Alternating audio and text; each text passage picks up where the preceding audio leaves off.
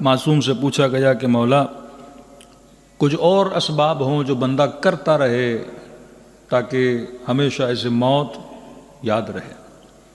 امیر المومنین کی وصیت اپنے بیٹے امام حسن کو، فرمایا میرے لال کثرت سے موت کو یاد کیا کرو۔ موت انسان کو بیدار رکھتی ہے، موت انسان کو بتاتی ہے کہ واقعاً 70 سال 80 سال اور دنیا کی زندگی کی ایک خاصہ بھی یہ ہے کہ فرماتے ہیں کہ یہ آنکھ جھپکنے کے برابر ہے۔ مطلب اگر بوڑھے سے پوچھو زندگی کیسے گزری، کہے گا خواب کی طرح گزر گئی۔ جوان سے پوچھو کہے گا خواب کی طرح گزر گئی۔ جب لمحے گزرتے ہیں تو پتہ نہیں لگتا، لیکن جب گزر جاتے ہیں تو ان کی سپیڈ کو دیکھ کے یہ لگتا ہے کہ یہ سارے لمحے خواب کی طرح گزر گئے۔ اور عجیب روایت ہے کہ جب جناب ملک الموت حضرت نوح کے پاس آئے، 900 سال سے زیادہ زندگی دی خدا نے، کہا نبی نوح اللہ کا پیغام لایا ہوں۔ کیا پیغام ہے؟ کہ نبی نوح آپ کی زندگی اپنے اختتام پہ آئی، میں آپ کی روح کو قبض کرنے آیا ہوں۔ تو فرماتے ہیں حضرت نوح نے کہا اتنی جلدی زندگی گزر گئی کا پتہ ہی نہیں لگا، واقعاً میرے جانے کا وقت ہو گیا۔ اور میں نبی نوح 900 سال زندگی ہے۔ حضرت نوح فرماتے ہیں مجھے تو پتہ ہی نہیں لگا 900 سال کیسے گزرے۔ تو جناب ملک الموت کہتے ہیں جو آخری زمانے کی امتیں آئیں گی، ان امتوں میں لوگوں کی عمر جو خدا نے رکھی ہوئی ہے وہ 60-70 سال کی عمریں ہیں۔ حضرت نوح آہ حسرت بڑھتے ہیں، فرماتے اگر مجھے خدا 60-70 سال کی زندگی دے، یہ 60-70 سال تو میرے صرف اللہ کے سجدے اور عبادت میں ہی گزر جائیں۔ فرمایا زندگی خواب ہے، یہ خواب گزر جاتا ہے، اب میں نے اس زندگی میں بیدار رہنے کے لیے کیا کرنا ہے؟ حدیث ہے، فرماتے اگر فشار قبر سے بندہ بچنا چاہتا ہے تو فرماتے جب اذان آتی ہے ملک الموت پوری کائنات میں ایک نگاہ ڈالتا ہے کہ کون سا بندہ ہے جو وقت نماز پر مصلی عبادت پر بیٹھا ہے۔ وہ بندے جو اسے عبادت میں مشغول نظر آتے ہیں، اللہ کا حکم ہوتا ہے کہ ان کو فشار قبر سے محفوظ کیا جائے۔ اور وہ بندے جو عبادت میں نظر نہیں آتے، مطلب جو غافل ہیں، جو بیدار نہیں ہیں، جو مقصد زندگی کو سمجھ نہیں پا رہے، فرماتے وہ فشار قبر سے دوچار ہوتے ہیں۔ دوسری روایت فرماتے ہیں اگر بچنا چاہتے ہو اس فشار قبر سے تو کم از کم ہر نماز واجب کے بعد 2 آیتیں نہیں تو 4 آیتیں نہیں تو 6 آیتیں، منیمم بھی جتنا ہو سکے قرآن کی تلاوت کیا کرو۔ یہ تلاوت قرآن تجھے فشار قبر سے بچا دیتی ہے۔ تیسری چیز فرماتے ہیں کہ فشار قبر سے بچنا چاہتے ہو تو کبھی بھی اپنے ماں باپ کو ناراض نہ کیا کرو۔ ایک بدبختی ہمارے معاشرے میں یہ بھی ہے کہ لوگ ثواب ڈھونڈنے کے لیے بہت دور جانا چاہتے ہیں کہ مولانا زیارت کرنی ہے، مکہ جانا ہے، مدینہ جانا ہے، کربلا جانا ہے، ادھر جانا ہے، ادھر جانا ہے۔ میں کہتا ہوں جناب اگر وسعت نہیں ہے، جا نہیں سکتے، کچھ زیارتیں خدا نے تیرے گھر کے اندر رکھی ہوئی ہیں۔ یہ بھی تو حدیث ہے نا، النظر الی وجہ الوالد، والد کے چہرے کو دیکھنا عبادت ہے، ماں کے چہرے کو دیکھنا عبادت ہے۔ میں نے کہا ایک عبادت تیرے گھر میں ہے، تو اسے دیکھنے کے لیے تیار نہیں ہے۔ ہمیں موبائل سے فرصت نہیں، ہمیں مختلف چیزوں سے فرصت نہیں، فرمایا یہ عبادتیں ہیں جو گھر کے اندر ہیں۔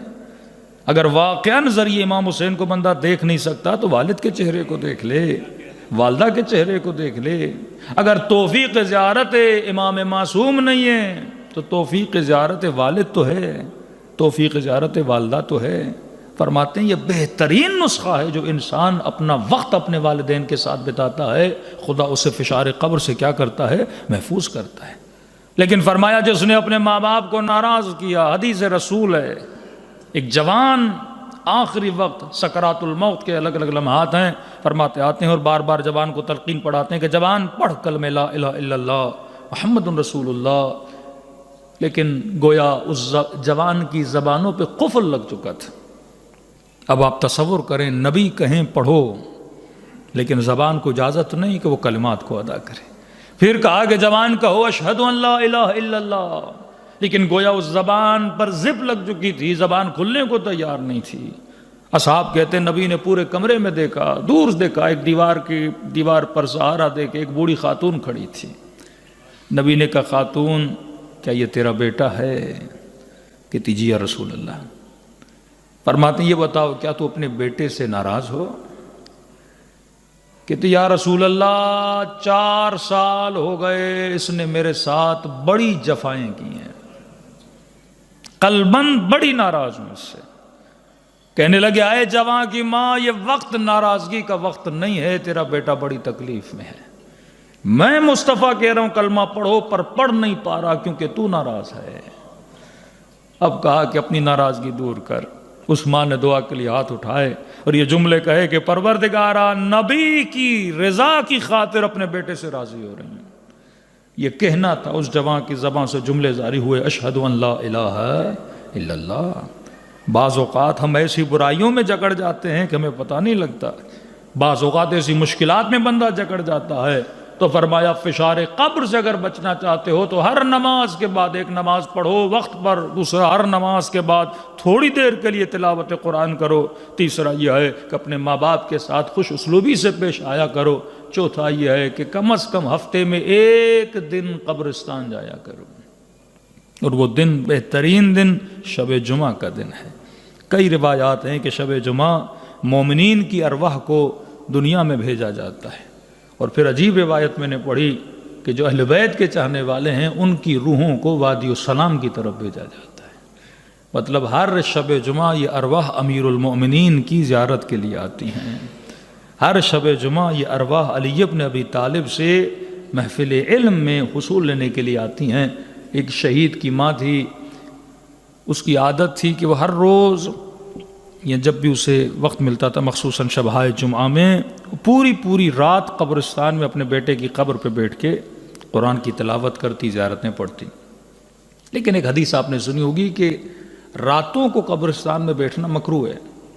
اب بندہ جائے 5 منٹ پڑھ کے واپس آ جائے، دوپہر کو چلا جائے، شام کو چلا جائے، صبح چلا جائے، بہتر ہے۔ مکروہ ہے کہ بندہ رات کو زیادہ وقت قبرستان میں گزارے۔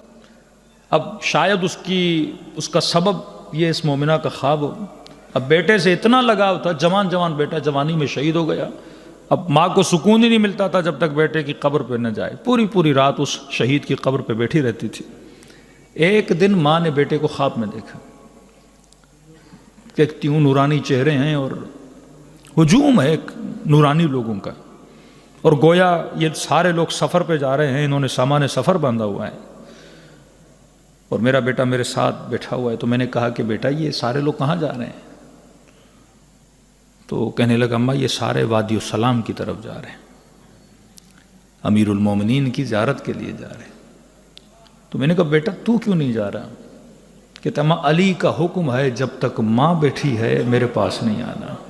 ہاں، تو ماں خواب سے اٹھتی ہے، کہتی ہے اس دن کے بعد میں نے راتوں کو زیادہ وقت اپنے بیٹے کی قبر پہ نہیں گزارا۔ پھر وہ حدیث یاد آ گئی، امیر المومنین کی جناب سلمان کے ساتھ جا رہے تھے کہ وادی السلام میں جیسے پہنچے اور امیر المومنین نے وہاں کئی گھنٹے کلام کرنا شروع کیا، اور پوچھا گیا کہ مولا یہ کون ہے؟ تو امام نے فرمایا اگر تیری آنکھوں سے پردے ہٹ جائیں تو یہاں مومنوں کی کثرت کو دیکھے کہ خدا مومنین کو ہر شب جمعہ وادی السلام کی طرف بھیجتا ہے، اور یہ محفل ان سے اہل بیت میں آ کر شریک ہو جاتے ہیں۔ صلوات پڑھے محمد و آل محمد۔ تو جب تک ہم خود کو خود بیدار نہیں کریں گے اس غفلت سے، تب تک انسان کی زندگی آباد نہیں ہوتی۔ فرمایا خالق شر بھی تو ہے، خالق خیر بھی تو ہے۔ جہنم اور جنت کا جو تصور ہے یہ تصور تمہارے ہاتھ میں ہے، تو اپنے عمل کا ذمہ دار ہے۔ پھر حدیث معصوم ہے کہ جب انسان سکرات کے وقت اسے موت آتی ہے تو اللہ اس کی مختلف چیزوں کو جسم دیتا ہے، تمثیل بناتا ہے۔ مثلا اولاد ایک جسمانی صورت میں اس کے سامنے کھڑی ہو جاتی ہے، اس کا مال جسمانی صورت میں اس کے سامنے کھڑا ہو جاتا ہے، اس کا عمل جسمانی صورت میں اس کے سامنے کھڑا ہو جاتا ہے۔ کہتا ہے یہ مرنے والا سب سے پہلے وہ جسم جو خدا نے اس کی اولاد کو دیا ہے اس سے سوال کرتا ہے کہ اے میرے بچوں کہاں تک میرے ساتھ چلو گے؟ تو کہیں گے بابا قبر تک تیرے ساتھ ہیں، تجھے کاندھا دیں گے، قبر میں اتاریں گے، آگے کا آگے ہم نہیں چل سکتے۔ پھر جو اللہ نے اس کے مال کو شکل دی اس سے پوچھے گا اے مال تو کہاں تک چلے گا، میرے لیے کیا کر سکتا ہے؟ تو مال کہے گا میں آپ کے لیے کفن کا بندوبست کر سکتا ہوں، مزدور کا بندوبست کر سکتا ہوں، قبر کن کا بندوبست کر سکتا ہوں، ان سب کی فیسیں میں ادا کر دوں گا۔ آگے چلو گے؟ کہتے ہیں نہیں، میں بھی یہاں تک چلوں گا۔ فرماتے ہیں وہ تیسری شکل جو خدا نے بنائی ہے اسے کہے گا کہ تو کون ہے اور تو کہاں تک میرے ساتھ چلے گا؟ آواز آئے گی میں وہ ہوں جسے تم نے دنیا میں سب سے کم توجہ دی تھی۔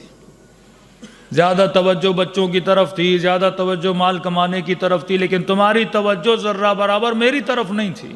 فرمایا تو ہے کون؟ فرمایا میں تیرا عمل ہوں۔ کہ کہاں تک چلو گے؟ کہ قبر میں بھی تیرے ساتھ ہوں، برزخ میں بھی تیرے ساتھ ہوں، حشر میں بھی تیرے ساتھ ہوں۔ تو سب سے زیادہ جس چیز پر انسان کا فوکس ہونا چاہیے وہ انسان کا عمل ہے۔ اب عمل کس چیز سے سرزد ہوتا ہے؟ وہ انسان کا بدن ہے۔ عمل یا آنکھوں سے ہوتا ہے، عمل یا زبان سے ہوتا ہے۔ آپ سارے خاموش ہیں لیکن آپ کے کان ایک عمل میں مشغول ہیں، آپ کی آنکھیں ایک عمل میں مشغول ہیں، میں ممبر پر ہوں، میری زبان ایک عمل میں مشغول ہے۔ فرمایا یہ 7 اعضاء ہیں، یہ عمل کرتے ہیں۔ اب یہ تمہارے ہاتھ میں ہے تو حدود الہی میں رہ کے عمل کرے گا تو اللہ جنت نصیب کرتا ہے، لیکن اگر اللہ کی حدود کو تو کروس کر لے۔ دیکھیے خدا نے قانون بنایا ہے، اب یہ نہیں کہ یہ قانون مثلا سید کے لیے اور غیر سید کے لیے نہیں ہے، یہ قانون مثلا اس انسان کے لیے فلاں انسان کے لیے نہیں ہے، خدا کا قانون جنرل ہوتا ہے۔ فرمایا ہر بندے کو اس قانون پہ عمل کرنا ہے۔ قانون کا مطلب یہ اللہ نے ایک لکیر کھینچی ہے، اور معصوم فرماتے ہیں یہی حدود یہ ثابت کرتی ہے کہ جو حدود میں زندگی گزارتا ہے وہ انسان کہلاتا ہے۔